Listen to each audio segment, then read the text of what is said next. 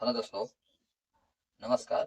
आप सभी को जो मैं study centre by Mukesh Agrawal coaching में आप सभी का स्वागत है। आज आप सभी के सम्मुख में एक ऐसे विषय पर सेशन करने जा रहा हूँ जो कि एग्जाम के नज़रिए से अत्यंत इम्पोर्टेंट है। चाहे आप सेंट्रल लेवल के एग्जाम के लिए अपने आप को तैयार कर रहे हैं, जैसे कि रेलवे हो, एसएससी हो, एनटीपीसी हो, कंबाइंड हायर सेकेंडरी लेवल हो या कंबाइंड ग्रेजुएट लेवल के एग्जाम हो, या मान लीजिए किसी भी स्टेट लेवल के एग्जाम के लिए अपने आप को तैयार कर रहे हैं, या अपने थोड़ी बहुत जिज्ञासा में अपने आप को थोड़ा बहुत वृद्धि करना चाहते हैं, तो उस नज़रिए से भी आपके लिए ये इम्पोर्टेंट सेशन होने जा रहा है। देखिए, इतिहास जो है, इतिहास में ऐसे कई घटनाएं हैं जिसका सही प्रमाण हमें आज तक प्राप्त नहीं हुआ है।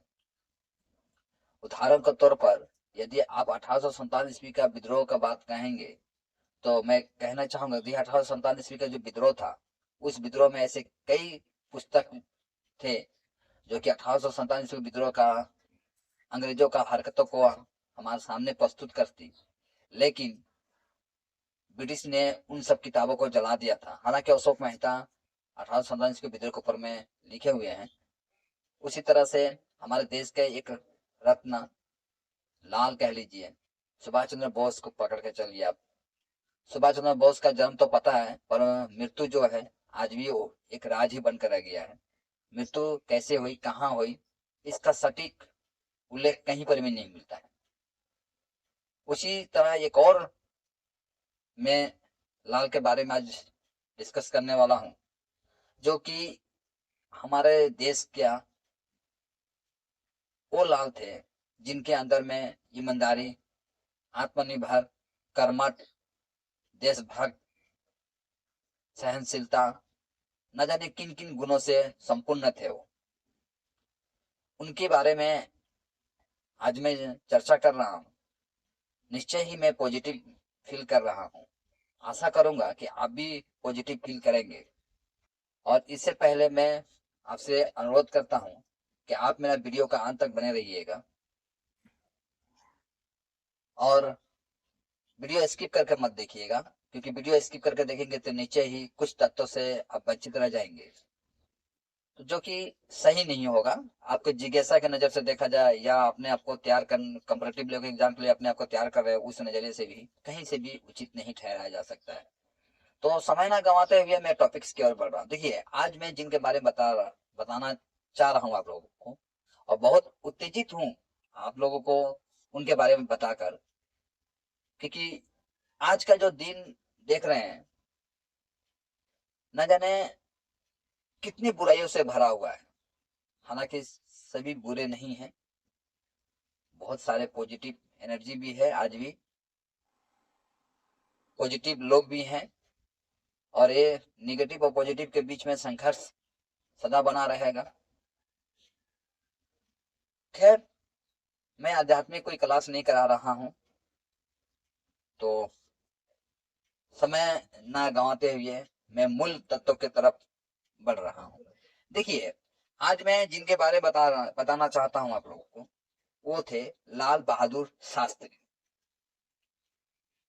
हमारे छात्रगण जो हैं, उन सभी छात्रों गणों से मैं अनुरोध करूंगा कि आप इनके बारे में कम से कम जानने का जरूर प्रयास कीजिएगा,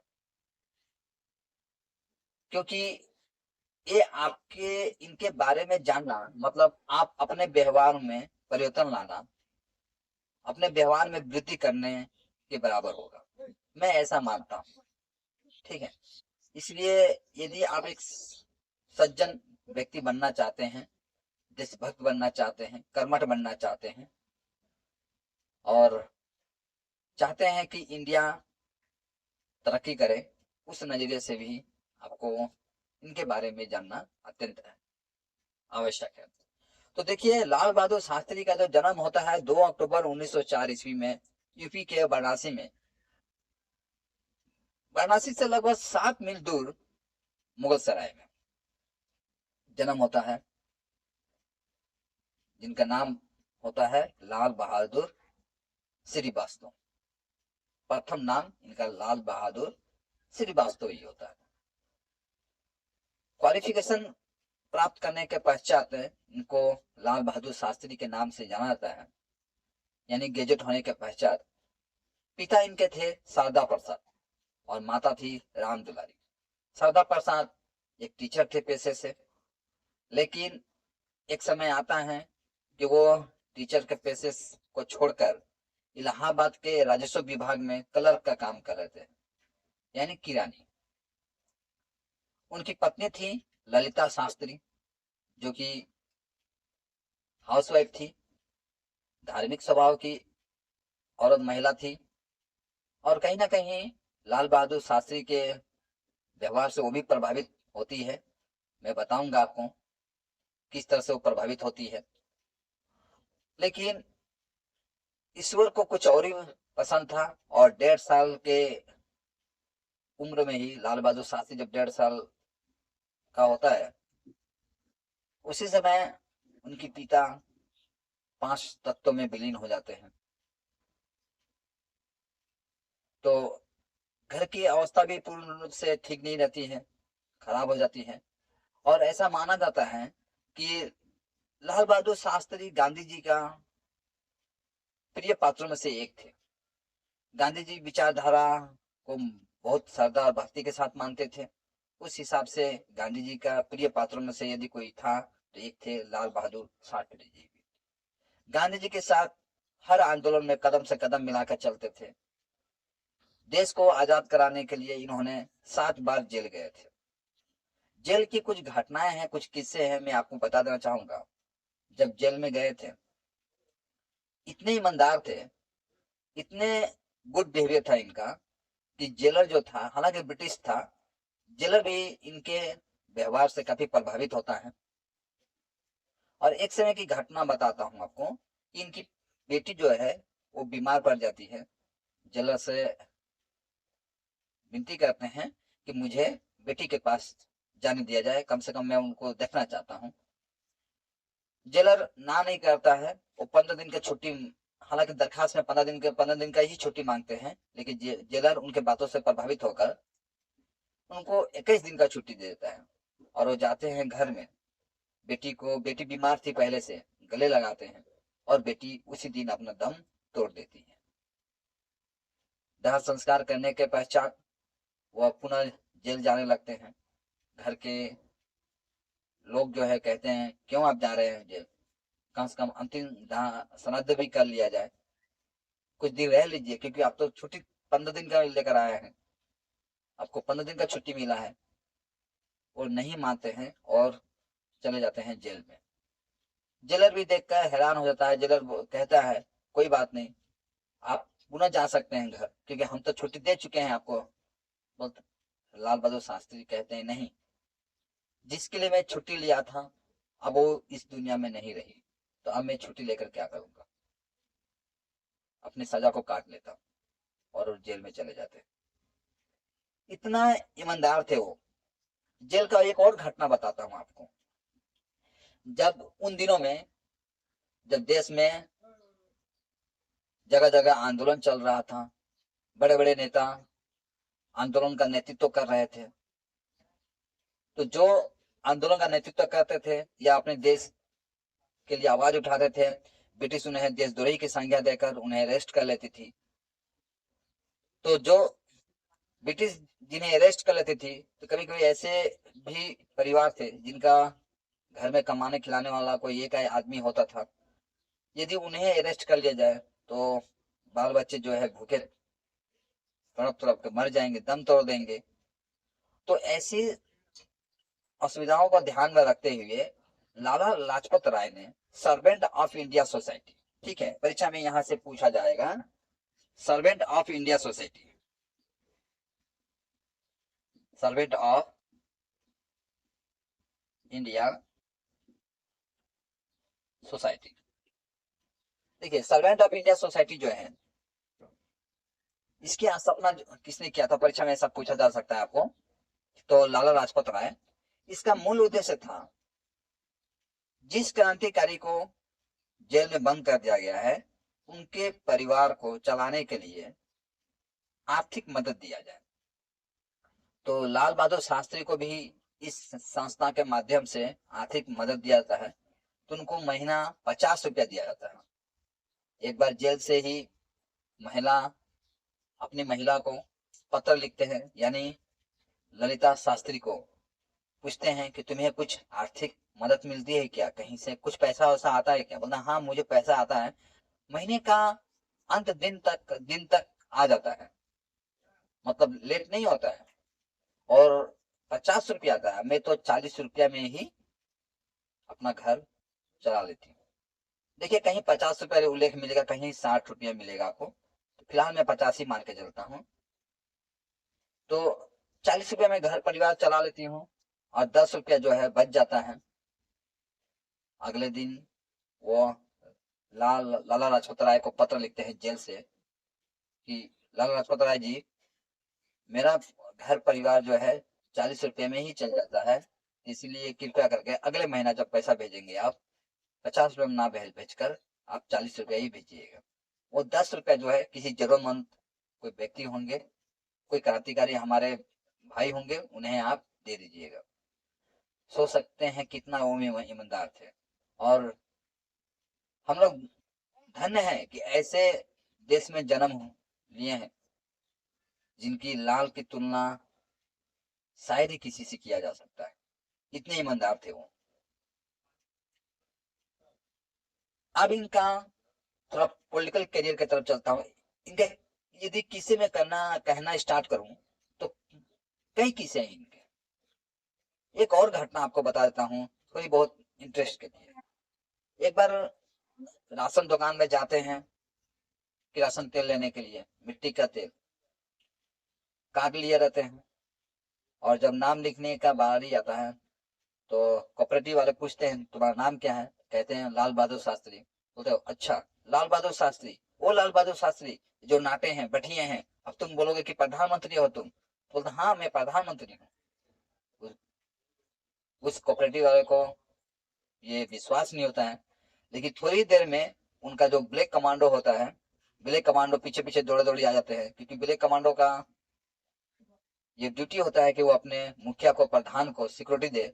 और ब्लैक कमांडो दौड़े दौड़े पीछे तरफ आता है और उनके हाथों से गले को ले लेता है, बोलता है सर दीजिए मैं दे लेता हूँ। वो कोऑपरेटिव वाले देखकर माथा चकरिया के गिर जाता है। वो ये सोच नहीं पाता है कि इतना बड़ा लीडर हमारे यहाँ इस तरह से उनका जीवन जीने की जो तौर तरीका था सभी को आश्चर्य कर देता था। यहाँ तक कि वो अपने बेटे को एक बार रिजल्ट लेने जाते हैं, मार्कशीट लेने जाते हैं, तो प्रधानमंत्री की गाड़ी लेके पहुंच जाते हैं जब, तो सारे स्टाफ जो है उनके आदर संस्कार में लग जाते हैं, रेस्पेक्ट करने में लग जाते हैं। प्रिंसिपल प्रिंसिपल यहाँ तक कि अपना सीट तक दे देते हैं कि आप सर यहाँ बैठिए, पर वो नहीं बैठते हैं और कहते हैं कि आपको उन्हें एक ले जाके रूम में बैठाया था लाल बहादुर शास्त्री को, कहा जाता है कि आप एक काम कीजिए यहाँ बैठिए और मैं टीचर को बुला के लेके आता हूँ। लाल बहादुर शास्त्री नम्र स्वभाव से पूछते हैं कि टीचर कहाँ है, तो 3 तल्ला मंजिल में वो है। बोलते कोई बात नहीं मैं एक चला जाता हूँ। और वो खुद सीढ़ी चढ़ के चले जाते हैं टीचर के सम्मुख अपने बेटे का मार्कशीट लेने के लिए।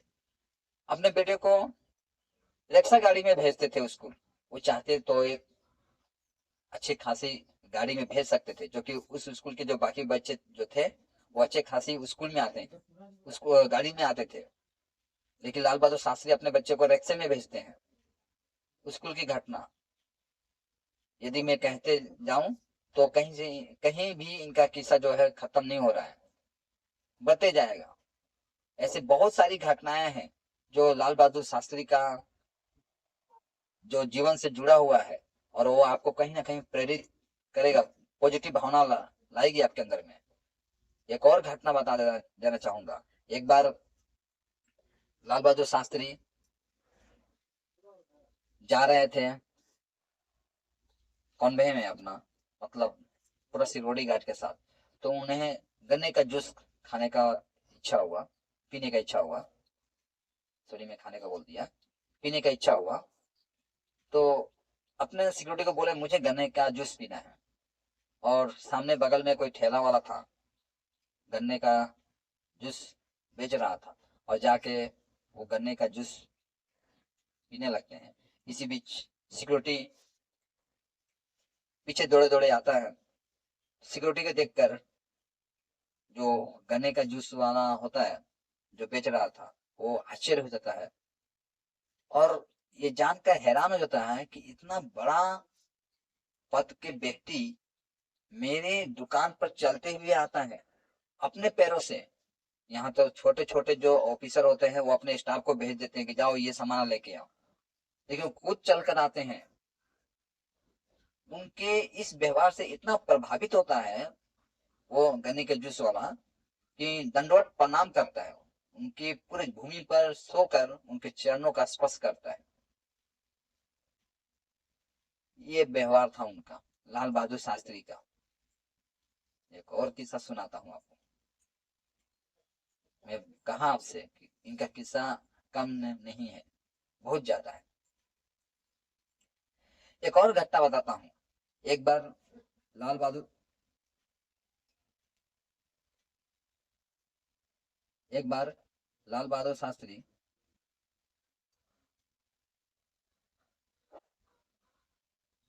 सॉरी कुछ टेक्निकल फॉल्ट था जिसके कारण मुझे कुछ सेकंड तक होल्ड करना पड़ा। एक बार लाल बहादुर शास्त्री अपने पूरा दल के साथ निकल रहे थे दिल्ली की तरफ। तो सिक्योरिटी गार्ड ने कहा कि सर मैं काम करता हूँ, आपके गाड़ी में वो लाल बत्ती लगा देता हूँ सर, जो कि होय होय करेगा और सारे रास्ते खाली हो जाएंगे।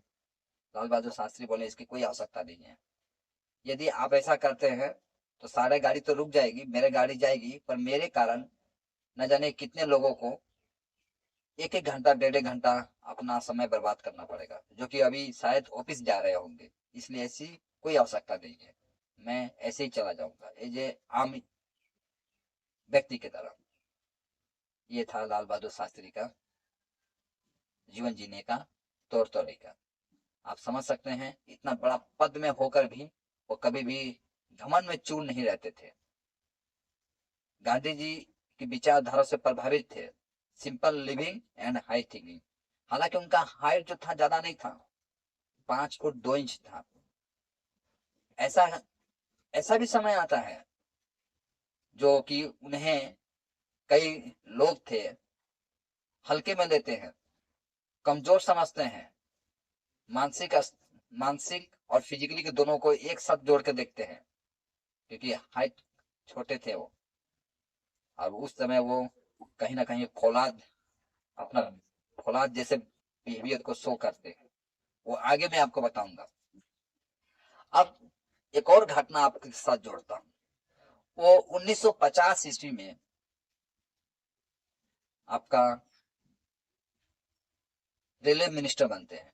जब रेलवे मिनिस्टर बनते हैं तो उनकी माता श्री जो है यानी ललिता शास्त्री को पता तक नहीं होता उनका लाल जो है, उनका पुत्र जो है देश का रेलवे मिनिस्टर बना। और एक समय कहीं सभा का आयोजन होने वाला होता है, सभी लोग वहां ऑलरेडी पहले से प्रेजेंट थे कि रेल मंत्री यानी लाल बहादुर शास्त्री आने वाले हैं। उसी भीड़ में उनकी माता श्री भी थी वहां पर। और स्टेज से देख लेते हैं कि लाल बहादुर शास्त्री स्टेज से ये देख लेते हैं कि उनकी माता श्री भी भीड़ में खड़ी हुई है। वो स्टेज से उतरते हैं, अपने माता श्री के सम्मुख पहुंचते हैं, बोलते हैं माता जी आपको पैरों में दर्द है ना? बोलता हाँ बेटा दर्द तो है। बोलता देखिए आप चला जाइए यहाँ से। क्यों चला जाइए? क्योंकि अभी मंत्री जी आएंगे और काफी भीड़ होगा, भीड़ में धक्का धुक्की में कहीं आपको चोट लग गया तो। और माता जी अपने बेटे का बात मानकर चली जाती है। लेकिन माता जी को ये नहीं पता कि उनका बेटा ही रेलवे मिनिस्टर है, बल्कि अपने माता जी को ये बताते हैं वो कि मुझे छोटा मोटा एक पोस्ट मिला हुआ है। सोचिए कैसी उनकी विचारधारा होगी, कितनी सहनशीलता। घमंड उनको छू भी नहीं सकता था। और आज के दिनों में एक छोटे से नौकरी किसी को लगता है, पूरे पड़ोस को चिल्ला चिल्ला कर बताते हैं कि मुझे अमुक नौकरी लगा है। इतना बड़ा पद में होने के बावजूद भी अपने घर के लोगों को नहीं बताते थे क्या विचारधारा होगी। लेकिन ईमानदारी का एक और उनका नजारा मैं पेश करना चाहूंगा, रेलवे मिनिस्टर से जुड़ा है। 25/11/1956, ठीक है, 25/11/1956, ये वो दिन था जिस दिन को वो रेलवे मिनिस्टर के पद से इस्तीफा देते हैं। घटना यूं होता है कि अरियालूर एक जगह है, ठीक है, अरियालूर एक जगह है, वहां एक नदी होती है। बारिश का समय था, नदी का पानी काफी बढ़ गया था, रेलवे लाइन दिखाई नहीं दे रहा था और ट्रेन दुर्घटना हो जाती है। तकरीबन सुबह 4:30 बजे के आसपास की घटना होती है और लाल बहादुर शास्त्री को पता चलता है, और रेलवे मिनिस्टर थे, लाल बहादुर शास्त्री को पता चलता है कि ऐसी ऐसी दुर्घटना हो गई है जिसमें लगभग आपका 144 आदमी का डेथ हो जाता है और 200 व्यक्ति तेज बहाव में, पानी का तेज बहाव में बह जाते हैं। उनका डेड बॉडी जो है आज भी नहीं मिला है। अब इनको इतना बुरा लगता है कि वो सारा दुर्घटना का जिम्मेदार अपने आप को मानते हैं और तब के समय देश का प्रथम प्रधानमंत्री पंडित जवाहरलाल नेहरू को लेटर लिखते हैं। लेटर नेट में मौजूद है क्योंकि मैं देखा हूं उनका, लाल बहादुर शास्त्री द्वारा लिखा गया लेटर। आप चाहें तो, आप कोशिश करेंगे तो आप भी देख सकते हैं। वो समय होता है 7 दिसंबर, देखिए 25 नवंबर, अब यहाँ पर चला जाइए 7 दिसंबर 1956। पंडित जवाहरलाल नेहरू के सम्मुख जाते हैं, लेटर देते हैं, सम्मुख तो नहीं जाते हैं, बाई पोस्ट या बाई पीए के द्वारा भेजते होंगे, और कहते हैं कि मैं जो दुर्घटना हुआ है इस सारे दुर्घटना का जिम्मा मैं हूं, यानी सरकार की है, कहीं ना कहीं हम दोषी हैं और मैं अपने पद से इस्तीफा देता हूं। सोचिए क्या व्यक्ति होंगे वो, क्या उनका व्यवहार होगा। और इसी साल के कुछ सालों के पश्चात एक और दुर्घटना होती है जो पूरा भारत के सिस्टम को हिला देती है। सिस्टम हिला देती है यानी सिस्टम का जो नुमाइंदे होते हैं उनकी मन मस्तिष्क में खलबली मच जाती है। अब क्या होगा। घटना होती है 27 मई 1964, ठीक है, 27 मई 1964। ये घटना क्या है, पंडित जवाहरलाल नेहरू 5 तत्वों में विलीन हो जाते हैं। इससे पहले हम 1962 में एक जंग लड़ चुके होते हैं, किससे, चाइना से। जो चाइना कभी मित्रता का दिखाता था हमारे साथ या मित्रता का चोला पहना हुआ था, वो चाइना हमारे पीठ में छुरा भोगता है। आज यूएनओ में जो वीटो पावर जो प्राप्त है चाइना को, आपको जानकर आश्चर्य होगा कि वो वीटो पावर भारत की वजह से उसे प्राप्त है। वो वीटो पावर हमें मिलता था, लेकिन पंडित जवाहरलाल नेहरू चाइना पर विश्वास कर कर चाइना को दिला देते हैं वीटो पावर। अमेरिका हमें आग्रह कर रहा था कि आप वीटो पावर लीजिए, लेकिन हम लोग चाइना को दिला देते हैं और चाइना उस पावर को लेकर इतना घमंड से भर जाता है कि 1962 में वो हमारे ऊपर आक्रमण कर देता है। माना जाता है कि ये जो आक्रमण करता है इसके कारण ही पंडित जवाहरलाल नेहरू का हार्ट अटैक होता है, क्योंकि वो विश्वास तक नहीं कर पाते हैं कि शायद उनके साथ कुछ ऐसा होने जा रहा है। और 1964 में पंडित जवाहरलाल नेहरू का देहांत होता है। अब एक दौर आता है अब प्रधानमंत्री को लेकर। जैसे कि आप जानते हैं देश में प्रधानमंत्री का कुछ हो जाता है, उस समय जो हमारा सारा सिस्टम का देख रेख का जो जिम्मा होता है राष्ट्रपति के हाथ में होता है। अब राष्ट्रपति के हाथ में होना स्वाभाविक बात था कानूनी तौर से। इसी बीच में पाकिस्तान का एक पीएम अयूब खान, नाम को याद रखिएगा, अयूब खान, अयूब खान। ये अयूब खान जो थे देखने में टिप टॉप थे और अंग्रेजी भी अच्छा खासा बोल लेते थे। ब्रिटेन के जैसे वो रहते थे, माने ब्रिटिश जिस तरह से रहते थे, ब्रिटेन नहीं ब्रिटिश जिस तरह से रहते हैं उसी हिसाब से ये भी अपना लुक को बनाए रखते थे। और 6 फुट 2 इंच इनकी हाइट थी, लंबा चौड़ा कद वाले व्यक्ति थे।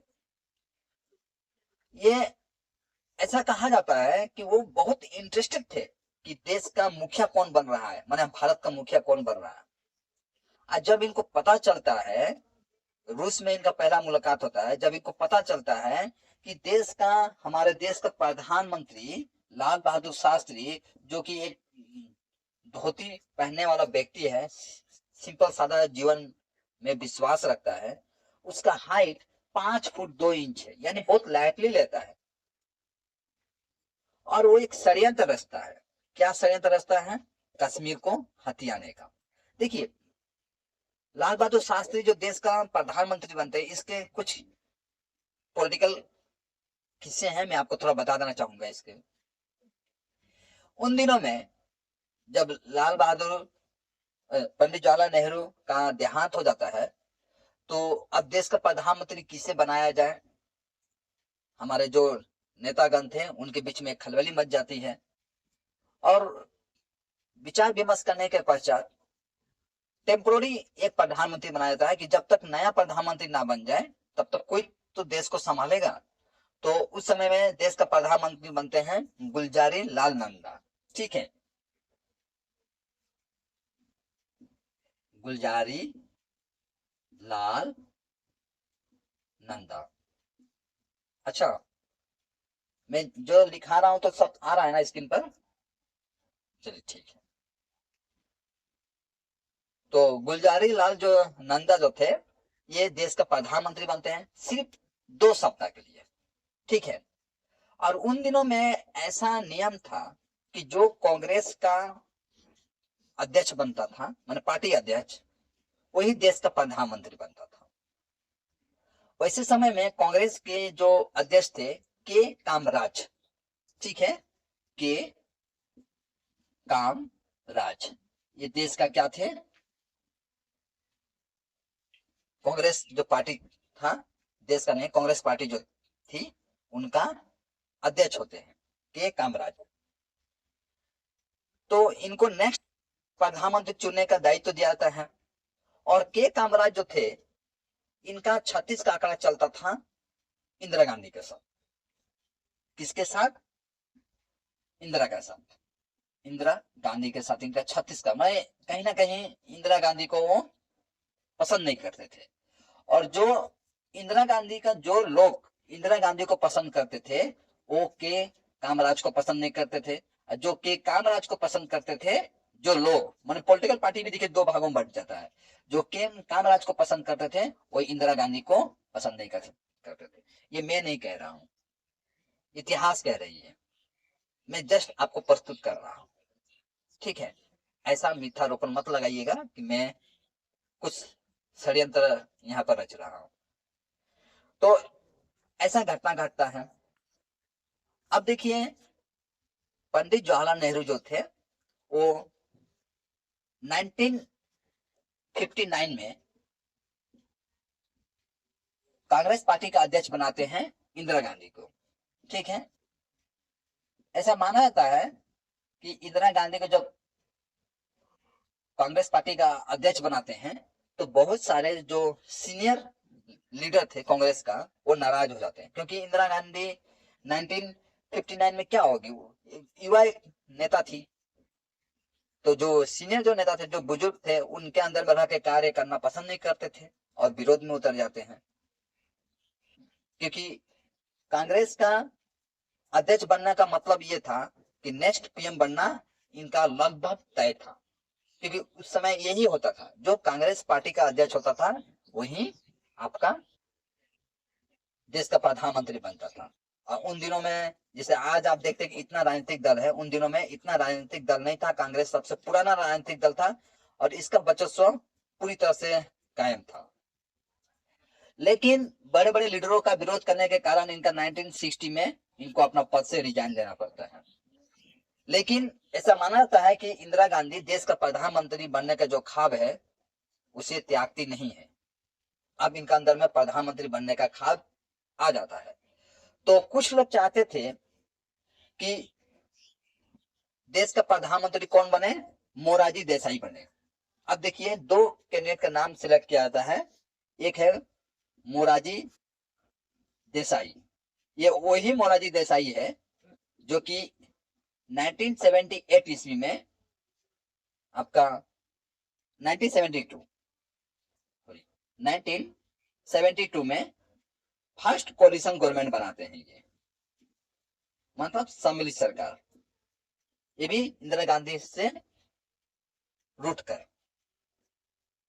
और चौधरी चरण सिंह जो है वो सेकेंड बार प्रधानमंत्री कोलिशन गवर्नमेंट चलाते हैं। तो यहां से परीक्षा में पूछा जाता है कि फर्स्ट कोलिशन गवर्नमेंट किसके नेतृत्व में बना था। कॉम्पिटिटिव एग्जाम के लिए ये जरूरी है। नेक्स्ट है चौधरी चरण सिंह।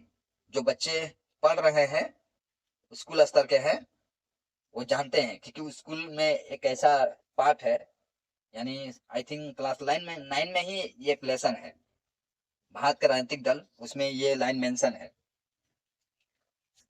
तो एक है मोरारजी देसाई और दूसरा थे लाल बहादुर शास्त्री। देखिए, ये दो व्यक्ति थे। तो इंदिरा गांधी, कहीं ना कहीं इंदिरा गांधी मोरारजी देसाई को भी पसंद नहीं करती थी, ठीक है, क्योंकि मोरारजी देसाई इनके विरोध में होते थे, इंदिरा गांधी का विरोध में। हाँ, लेकिन लाल बहादुर शास्त्री से इनका कोई मतभेद नहीं था, क्योंकि गांधी जी विचारधारा रखते थे। और इंदिरा गांधी ये सोचती है कि लाल बहादुर शास्त्री जो है ये नरम स्वभाव के व्यक्ति है, अगर होता भी बन भी जाते हैं तो कोई बात नहीं, मैं मेरा इनके साथ एक अच्छा टर्म्स है, मैं जैसा बोलूंगा वैसे मानेगी, चलेगी, कोई इंटरफेयर नहीं करेगी। लेकिन जिन्होंने भी इनको एक सिंपल लेते हैं, वो सिंपल में से थे नहीं, बहुत जटिल थे। कहने का मतलब, सच को सच बोलने की क्षमता रखते थे और झूठ को झूठ बोलने की क्षमता रखते थे। और कोई लाइटली इनको ले ले तो उनको बख्शते नहीं थे वो। ये थे हमारे देश का प्रधानमंत्री, जो कि हमारे लिए और आपके लिए गर्व की बात है। अब वो दिन आता है जो भारत का कर्ता धर्ता, यानी भारत का रक्षा का बागडोर जो है, एक ऐसे व्यक्ति के हाथ में जाता है जिनका हाइट 5 फुट 2 इंच, सीधा सादा जीवन, खाने में भी कोई स्पाइस खाना नहीं खाना पसंद करते थे, सिंपल खाना, भेज खाना, पालंग साग, आलू का सब्जी, पूरी तरह से देहाती विचारधारा। पर विचारधारा में इतनी ताकत होती है उनकी, विश्व लेवल को भी डरा देते हैं। विश्व स्तर के जो नेता थे उनको भी कहीं ना कहीं डरा देते हैं वो, मैं आगे बताऊंगा। अब वो दिन आता है जो देश का जो भार है एक ऐसे व्यक्ति के हाथ में आता है जो कि हमारा देश का प्रधानमंत्री बनते हैं। वो होता है 9 जून 1964। एक समय होता है जिस समय में हमारे शास्त्री जी देश का क्या बनते हैं, प्रधानमंत्री बनते हैं। और देश का प्रधानमंत्री बनने के साथ ही ये जो अयूब खान देखते हैं, आप कहाँ गए हैं, और अयूब खान यहाँ पर, ये बड़ा लाइटली लेते हैं अयूब खान। और इनका नजर थोड़ा बहुत खराब हो जाता है। क्या नजर खराब होता है? ये चाहते हैं, क्योंकि भारत आजाद हुआ था 1947 में, और इनको कहीं ना कहीं कश्मीर में जो नजर गड़ाए हुए थे, इनको कश्मीर प्राप्त नहीं हुआ था। तो इनकी लालसा जो है अभी समाप्त नहीं हुआ था। ये चाहते थे कश्मीर में घुसपैठ कराकर और कश्मीर को हथिया लेना चाहते थे। तो इसी समय में ये हमारे कश्मीर में आनंद फानंद से घुसपैठ कराते हैं। और उन दिनों में जो पाकिस्तान का जो टर्म्स था वो किसके साथ अच्छा था? वो था अमेरिका। और अमेरिका उन दिनों में बहुत शक्तिशाली था। इसका आज भी अमेरिका बहुत शक्तिशाली है, उसका वर्चस्व पूरा विश्व में चलता है। तो अमेरिका के साथ पाकिस्तान का टर्म्स बहुत अच्छा था। अब पाकिस्तान का टर्म्स ये अच्छा होने की वजह से पाकिस्तान फूले नहीं समाता था। मतलब यूं समझ लीजिए बड़ा सा बैलून बन चुका था। 5 रुपया 10 रुपया का जो बैलून, बड़े बड़े बैलून बेचे जाते हैं मेलों में, ऐसा बैलून बन चुका था। हालांकि वो झुंझुना बैलून था। तो इसका सपोर्ट पाकर, यानी अमेरिका का सपोर्ट पाकर, ये किसे परेशान करना चाहता है? पाकिस्तान भारत को, इंडिया को। और इंडिया को देखता है कि एक छोटा सा इंसान जिसका करता धरता है यानी प्रधानमंत्री है, ये क्या कर लेंगे, परेशान करना चाहता है। लेकिन ये गलत साबित होता है, मैं आपको बताऊंगा आगे। देखिए अब वो एक समय आता है कि जो पाकिस्तान अटैक करता है तो भारतीय जवाबी कार्रवाई हमें भी करना पड़ेगा, जाहिर सी बात है। अब जवाबी कार्रवाई जो होता है, जवाबी कार्रवाई में आपका 1920 स्क्वायर,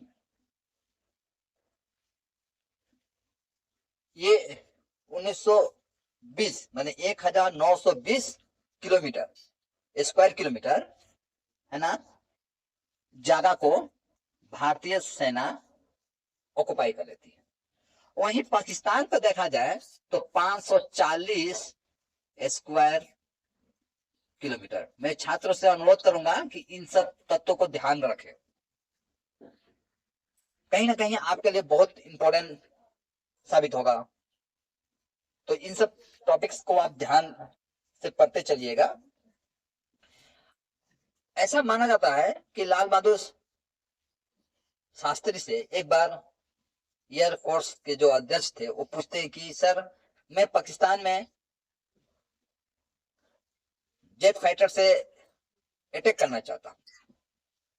तो जिस कमरे में बैठे थे उस कमरे से उठकर अंदर के कमरे में जाते हैं और 2-3 बार सोचते हैं घूमते हुए, और आके परमिशन दे देते हैं कि ठीक है आप अटैक कीजिए। सोचिए क्या इनके पास क्षमता होगी सोचने की कि कुछ पल में सही या गलत का विचार कर लेते थे।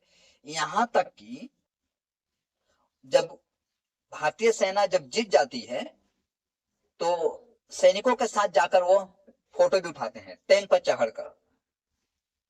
सोचिए, टैंक पर चढ़कर वो फोटो भी उठाते हैं भारतीय सेना का मनोबल को बढ़ावा देने के लिए। हालांकि हमारी सेना ऐसी भी मनोबल होती है उनके अंदर में कि वो किसी भी चुनौती का सामना करने में सक्षम होती है।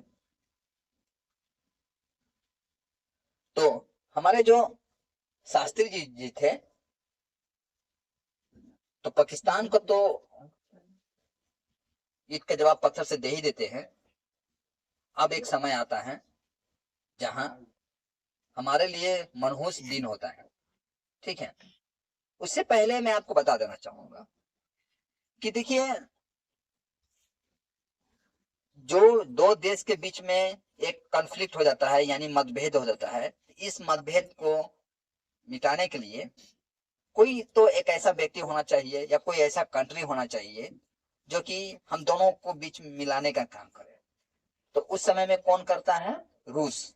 रूस सदियों से हमारा मित्र रहा है, ठीक है। उन दिनों में रूस जो है हमारा मित्र के रूप में आता है सामने, क्योंकि अमेरिका का हम लोग सुनने वालों में से थे नहीं। अमेरिका का फ्रेंड, अमेरिका पाकिस्तान को सपोर्ट करने के बावजूद भी लाल बहादुर शास्त्री पाकिस्तान को नहीं छोड़ते हैं।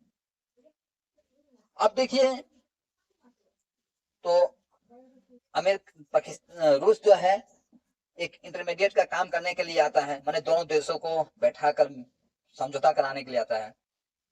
तो ऐसे समय में उज्बेकिस्तान का राजधानी ताशकंद, ठीक है, ताशकंद, मैं चाहूंगा, स्पेशली मैं छात्रों से अनुरोध करना चाहूंगा कि आप ऐसे तो बहुत सारे फिल्म देखते होंगे जिसमें आपका खाली इंटरटेनमेंट नहीं होता है, आप लोग समय निकालकर यूट्यूब के माध्यम से या कहीं से भी आप एक ताशकंद फिल्म जरूर देख लीजिएगा।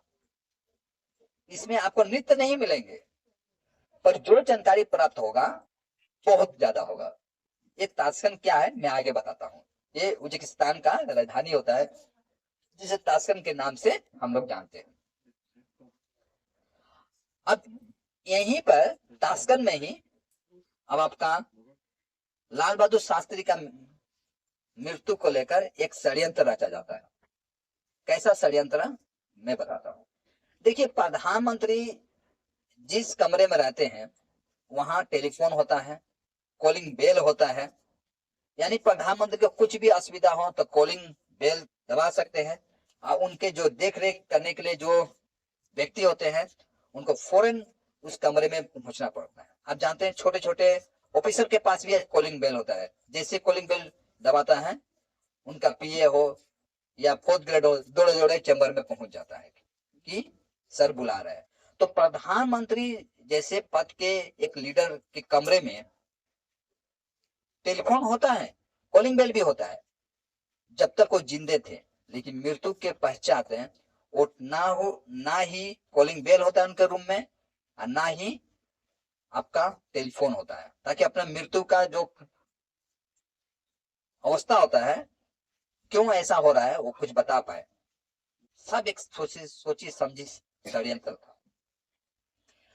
अब वहां पर एक व्यक्ति के बारे में मैं कहना चाहूंगा जो कि रसोईया का रूप धारण करके प्रधानमंत्री का कमरे में प्रवेश करता है और एक गिलास दूध लेकर। उस व्यक्ति का नाम होता है मोहम्मद जान, ठीक है, मोहम्मद जान।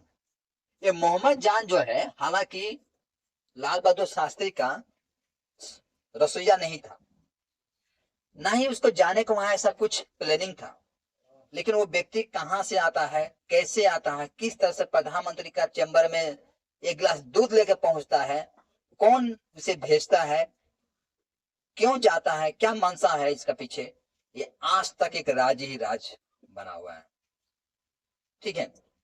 तो मोहम्मद जान जो है वो एक ऐसा व्यक्ति है जो कि किसी को पता नहीं है कि वो क्यों आता है कमरे में, उसका पीछे क्या उसका मंशा है, क्या उद्देश्य है, कौन इसके पीछे है। मोहम्मद जान जो है वहां पहुंचता है और लाल बहादुर शास्त्री को एक गिलास दूध देता है। मैं बता देना चाहूंगा कि लाल बहादुर शास्त्री जी उस दिन बहुत लाइट खाना किए थे और ये ताशकंद वही जगह है जहां की पाकिस्तान और भारत को दोनों को एक जगह बैठाकर कुछ समझौता करना था। तो समझौता क्या था, समझौता यही था, मैंने रूस यही समझौता करा रहा था कि देखिए ये भारत पाकिस्तान का इलाका को ऑक्युपाई कर चुका है, भारत पाकिस्तान को लौटा दे और पाकिस्तान जो इलाका को ऑक्युपाई किया है भारत का, ये पाकिस्तान, ये मैंने समझ लीजिए 540 इंडिया का जमीन को ऑक्युपाई किया था, ये हम लोग पाकिस्तान का जमीन को ऑक्युपाई किए थे। तो पाकिस्तान का जो जमीन था जो कि इंडिया ऑक्युपाई करके बैठा हुआ था 1920 स्क्वायर किलोमीटर, इस जमीन को पाकिस्तान को लौटाना था। अब पाकिस्तान जो है 540 स्क्वायर किलोमीटर जो जमीन को हम ऑक्युपाई करके बैठा था इंडिया का, वो हमें लौटाएगा। तो जाहिर सी बात है फायदा किसका था यहाँ पर, मेरा था, यानी हम लोगों का था, क्योंकि हम लोग कितना जमीन को ऑक्युपाई करके बैठे थे 1920 स्क्वायर किलोमीटर पाकिस्तान का, माने इतना अंदर हम लोग प्रवेश कर चुके थे। और जो पाकिस्तान जो है हमारा सिर्फ 540 स्क्वायर किलोमीटर ऑक्युपाई करके बैठा हुआ था। तो फायदा तो जाहिर सी बात है हमारा होने वाला था, लेकिन पाकिस्तान जिस जमीन को ऑक्युपाई किया हुआ था वो रईस इलाका नहीं था, यानी बंजर इलाका था, खेत गृहस्थी वाला जगह था, बॉर्डर से जुड़ा हुआ था। लेकिन हम लोग जिस जमीन को ऑक्युपाई करके बैठे थे, मैंने भारतीय सेना जिस जमीन को ऑक्युपाई करके बैठी थी और अब हक जमा रही थी कि ये मेरा जमीन है, यहाँ से लगभग 5 लाख लोग पलायन कर चुके थे। और ये जाकर अपनी सरकार पर दबाव डाल रहे थे कि आप हमें मुक्ति दिलाइए, इंडिया जो सोल्जर है इस तरह से हमारे ऊपर अटैक कर रही है। तो पाकिस्तान का प्रेशर बढ़ना जाहिर सी बात है, स्वाभाविक था। ये दौड़े दौड़े भागे भागे कहाँ चला जाता है, ये पाकिस्तान की जो करता धारता जो भी है कहाँ चले जाता है, अमेरिका के पास। देख रहे हैं, अमेरिका के पास पहुंच, अमेरिका से मदद मांगने के लिए कि इंटरनेशनल प्रेशर बनाया जाए, अंतरराष्ट्रीय प्रेशर बनाया जाए भारत के ऊपर में। पर भारत का जो करता धरता थे यानी लाल बहादुर शास्त्री थे उन दिनों में, जो कि भारत की रक्षा का बागडोर उनके हाथ में था, वो इतना लाइटली व्यक्ति नहीं थे कि किसी के दबाव में वो आ जाए।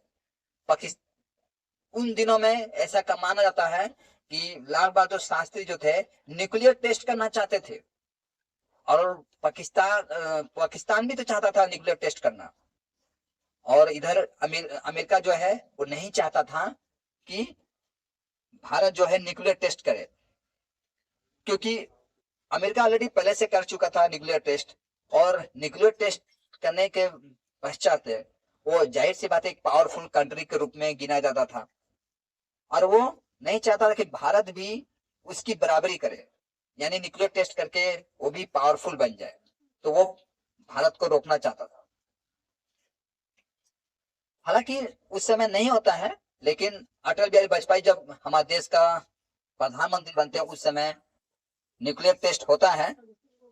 वो उसके लिए मैं एक अलग से सेशन ला दूंगा आप लोग के लिए कि किस तरह से न्यूक्लियर टेस्ट में हम सफल होते हैं। उसके ऊपर भी एक फिल्म है, जॉन इब्राहिम आपका हीरो का रोल प्ले करते हैं उसमें। आई थिंक फिल्म का नाम मैं भूल रहा हूँ, हालांकि मैं देखा हूँ। ठीक है, अब सोचने पर ज्यादा समय मैं नहीं यहाँ बिताना चाहूंगा, तो मैं पुनः टॉपिक्स की तरफ आता हूँ। तो मोहम्मद जान जो थे, किनके कहने पर लाल बहादुर शास्त्री को एक गिलास दूध लेकर जाते हैं। आई थिंक दूध में पॉइजन मिला हुआ था। उस रात में लाल बहादुर शास्त्री कोई ज्यादा भोजन नहीं करते हैं, पालक की साग, आलू की सब्जी और रोटी खाते हैं, लाइट खाना खाते हैं। वो कहते हैं ऑलरेडी कि मेरा पेट भरा हुआ है और मैं ज्यादा खाना नहीं खाऊंगा। और ये ताशकंद क्या था, ये जो इंडिया पाकिस्तान का जो सीमा को लेकर जो समझौता हुआ था, इस समझौते के पश्चात एक भोजन का प्रोग्राम रखा गया था, और उसी भोजन के प्रोग्राम में लाल बहादुर शास्त्री भी शामिल थे।